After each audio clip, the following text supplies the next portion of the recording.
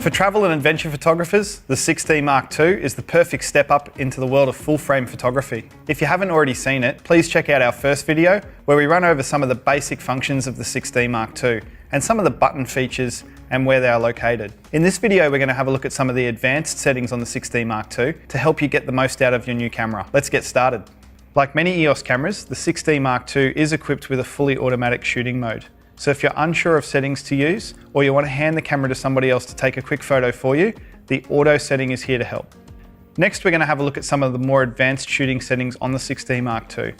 I'm going to start with TV. So on the top mode dial, by pressing in the center here, I'm able to turn my camera to the TV mode. TV mode stands for time value mode. In this mode, we're able to change the shutter speed of the camera to affect our creative outcome. To change the shutter speed in this model, we can do it a couple of ways. Firstly, we can use the top rotational dial to increase or decrease the shutter speed accordingly. Another way to change the shutter speed on this model is to use the touchscreen by first pressing the Q, hiding in the bottom left-hand corner of the screen, then touching the shutter speed. If we do it twice, we now have the ability to use our finger to swipe left or swipe right to change the shutter speed accordingly. Now that we know how to change the shutter speed, let's look at some of the creative differences a fast versus a slow shutter speed can give us. I'm going to put the camera in live view mode so you can see what I see. My first frame using our bobblehead is going to be shot at 1/500th of a second. In essence, it's going to freeze any movement within the frame. As you can see, it appears that the object is not moving at all at this speed. However, if we want to show the viewer of the photo that we have movement in the image, we can slow this shutter speed down. Let's try this next frame at 1/5 of a second and see what happens.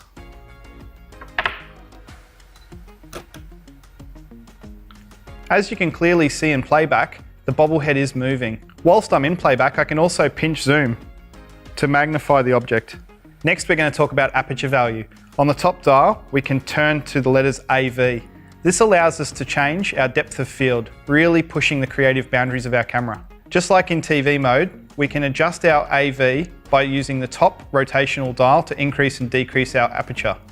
Let's have a look at how aperture affects our depth of field and what that actually means. So using this lens, I am at f4. I'm touching the screen to select the yellow object as my point of focus. Let me take that photo.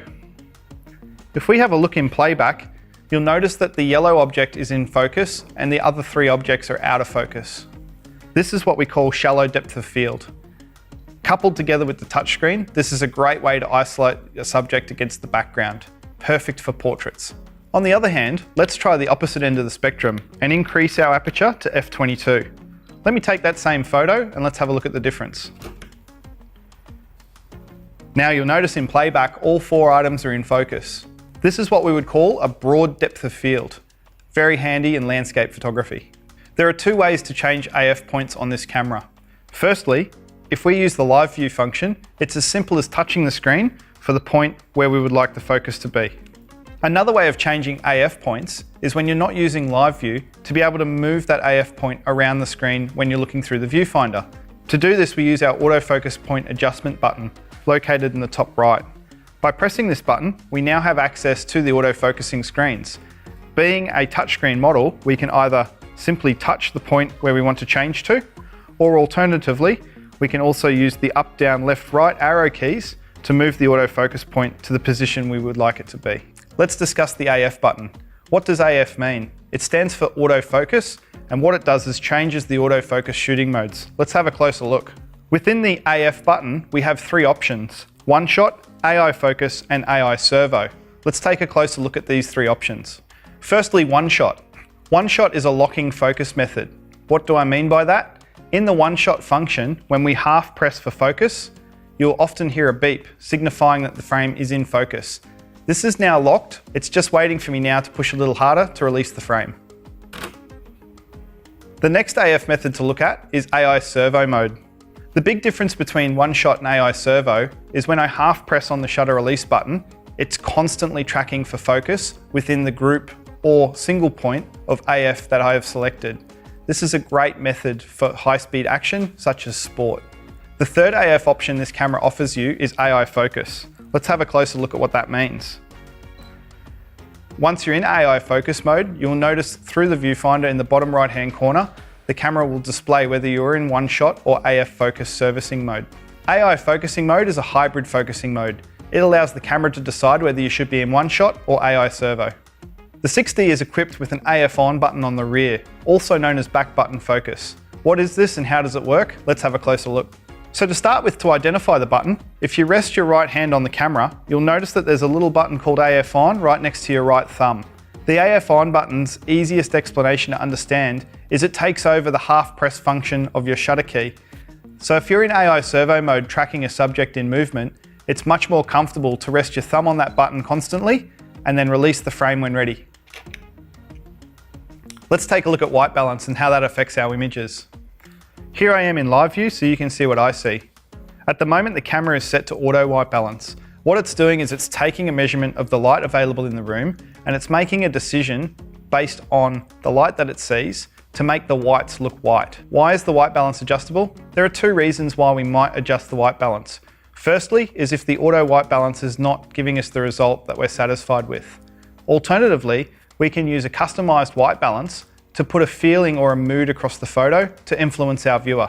Let's take a closer look at some of the settings. Here I am in live view. To change my white balance in live view, all I need to do is push the Q button, and you'll notice at the top right, the letters AWB, which stand for auto white balance. If I touch this selection, along the bottom, we will see some options. Firstly, we see daylight, shade, cloudy, tungsten. Let's have a look at how the white balance can affect our frame. Let's start with an auto white balance shot. Frame looks good, color looks natural. Let's change this now from auto white balance to shade. What will happen is it'll put a yellow color cast across our frame, making it look warmer than it really was.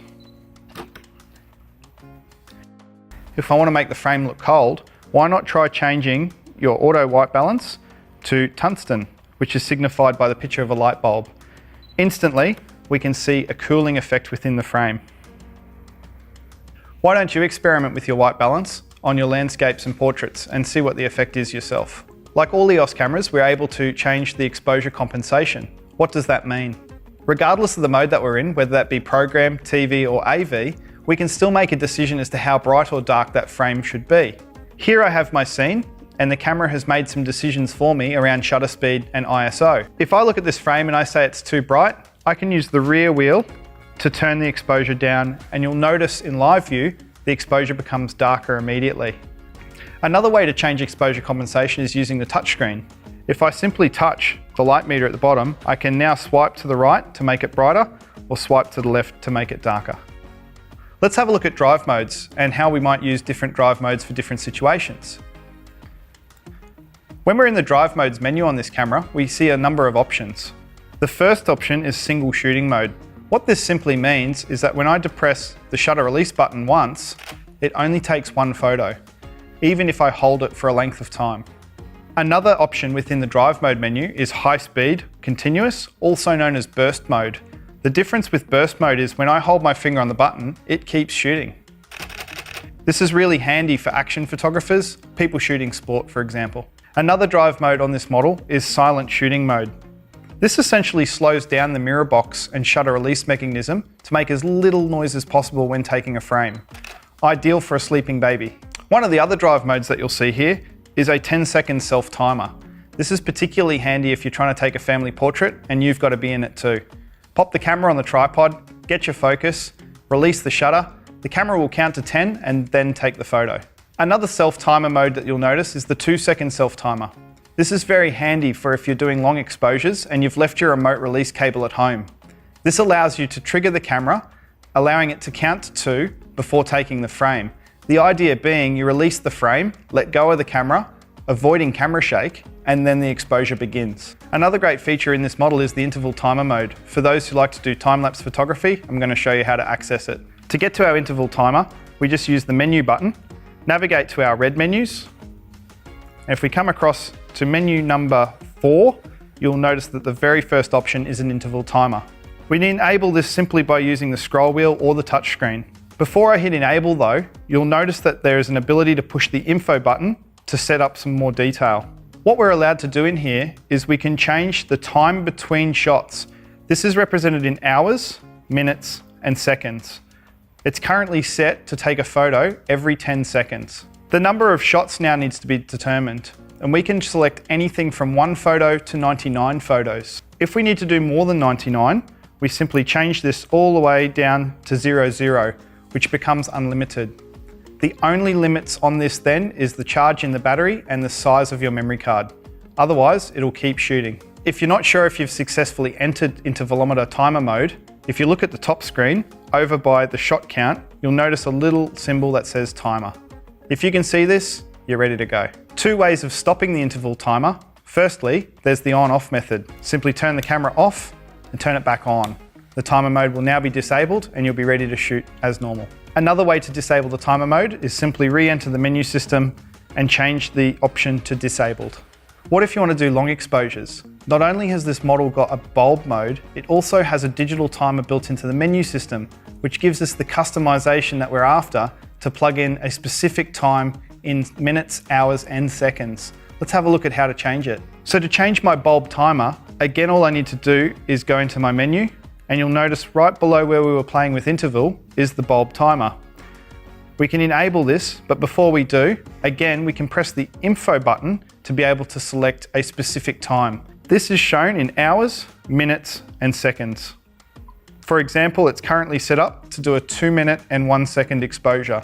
Press OK to lock in that time. To confirm that we have entered bulb timer mode, looking at the top of the camera, you'll see the symbol timer appear again. To disable bulb timer mode, there are 2 ways we can do this. Firstly, we can go into the menu system and disable it. Alternatively, we can turn the camera off and turn it back on again, and it's ready to shoot as normal. Like many of the Canon EOS models, we have multiple picture styles. What are they and how do they work? Let's have a look. To change my picture styles, again, I can use the touchscreen to be able to tap on my picture styles options. Within this picture styles menu, we have settings such as automatic, standard, portrait, landscape, fine detail, neutral, faithful, but what I'd like to show you today is monochrome. If I go into live view now, you'll be able to see what the camera sees. And you'll notice straight away a lovely monochrome black and white image. Something else to be aware of when entering monochrome mode is you'll see an asterisk appear on the top screen and also through the viewfinder. This is simply to remind you that you are in monochrome mode. It's worth pointing out at this time too, if you're shooting a RAW file, when you download to your computer, the RAW file will still come through in color. The monochrome mode will really only affect JPEG in camera. With many EOS cameras, you'll notice that there is a video mode. To enter video mode, all we need to do is turn the toggle next to live view to the video mode. You'll notice the screen goes into live view immediately and it's awaiting further instructions. All we need to do now is gain our focus, our composure and composition, and then once we're ready, we just hit start stop. You'll notice a red light appear in the top right hand corner signifying that we are recording. Also, you'll notice that the memory card light is flashing. This is normal. It's just showing that we're reading and writing from the memory card at this point in time. Once we're finished that video, we just need to hit start stop. The video will cease and then we're ready to go again.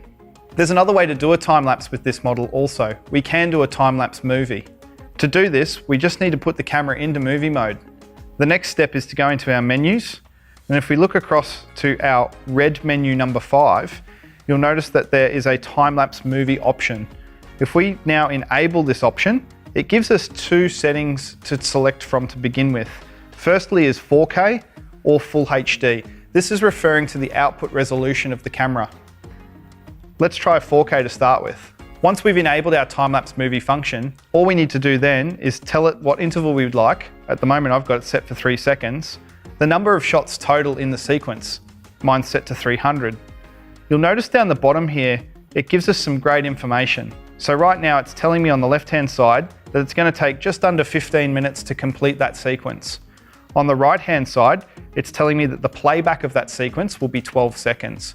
So I can then go and make some adjustments on my interval or number of shots to suit the brief or the length of time lapse that I would like to capture. A couple more functions to be aware of in this menu setting. Firstly is the auto exposure function. There are 2 options, fixed first frame and each frame. What this means is when we enable that time-lapse function, if we have a fixed first frame, the exposure will not change for all 300 photos.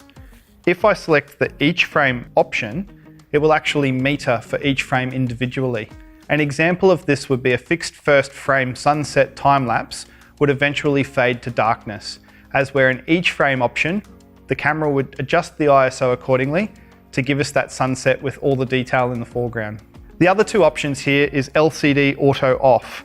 It's a good idea to enable this. It'll actually turn the rear screen off, which will extend your battery life. The last option is beep whilst image taken. You can either enable or disable this. Once we've got all that ready to go, all we need to do is press the menu button to come back to the shooting screen. You'll notice it gives us some instructions on the screen to test our exposure first to make sure our first shot's going to look right. Once we're happy, all we need to do is hit start and the sequence will run from there. Another great feature of this camera is to be able to take multiple exposures and have the camera assemble those images into one output image. Let's have a look at how to enable multiple exposures. All we need to do is press the menu key. Navigate to the third red menu. Second from the bottom, you will find multiple exposures. We can enable this and we're ready to shoot. To shoot my multiple exposure, I'm going to start with my subject on the left-hand side of the frame. I've used the touchscreen here to pick the point of focus, and of course I release the frame with my shutter button. Now what I can do is move my object to the right. You'll notice on the screen I'm left with a ghost image from the first frame, and it gives me a live view of what's happening in the second frame. Now I can use the touchscreen again to select my item, this time on the right of frame, and release the shutter. You'll get a signal on the screen that says busy. What this signifies is it's taking frame 1 and frame 2 and putting them together to create one single picture. Why not get creative and try some multiple exposures outdoors with the same person standing in different positions? The old question of should I shoot RAW or JPEG pops up all the time. Put simply, a RAW file takes all of the data from the sensor, saves it to the card, and allows you to change and manipulate that photo and develop it later with all access to the data that was available at the time of capture. It really is there for those who love to post-produce their images and get the most out of their photos. On the other hand, a JPEG file is compressed in camera. You're allowing the camera to make the decisions for you, and it doesn't give you the same bandwidth to be able to develop that photo in post-production later. JPEG is seen as a quick and easy way to produce images for social media. Can't decide between JPEG and RAW? This camera will allow you to select RAW and JPEG at the same time, so you can make your mind up later which file you'd like to use. To do this, when you're in the image quality menu, you can either use the touchscreen to select between the options or the multifunction scroll wheel. In this case here, I've now set up this camera to shoot RAW and JPEG, and I'll make my decision later. This EOS camera has many buttons, and a lot of them are customizable. To enter our custom functions menu system, the easiest way to do this is with the touchscreen. Simply press Q to activate the touchscreen, and over on the right-hand side, you'll see the Custom Controls logo. Press this twice, and it will launch you into the Custom Controls console. On this image, it shows you the buttons that you can change. And for instance, if I want to change the shutter release button to only shoot, I can move it off the AF setting and go to metering start and select. By doing this, my front button no longer does autofocus, and only my rear AF button will become focused from this point forward. To undo this value, all I need to do is go back into the custom functions, select my shutter release button, turn AF back on, and I'm ready to shoot again. So check out the custom controls menu if you'd like to customize your EOS 6D. Let's say you loaned your camera to someone and they played with all the custom controls and you're not sure what's going on. There's a quick and easy way to reset your camera back to factory defaults. Let's have a look at how. To clear all camera functions, all we need to do is press the menu button, navigate to the yellow menus, locate the 5th yellow menu, and the second option down is to clear all camera settings. Hit set, OK, confirm, and now the camera is set to factory default. I hope this video has helped you to understand a few more features about your 6D Mark II.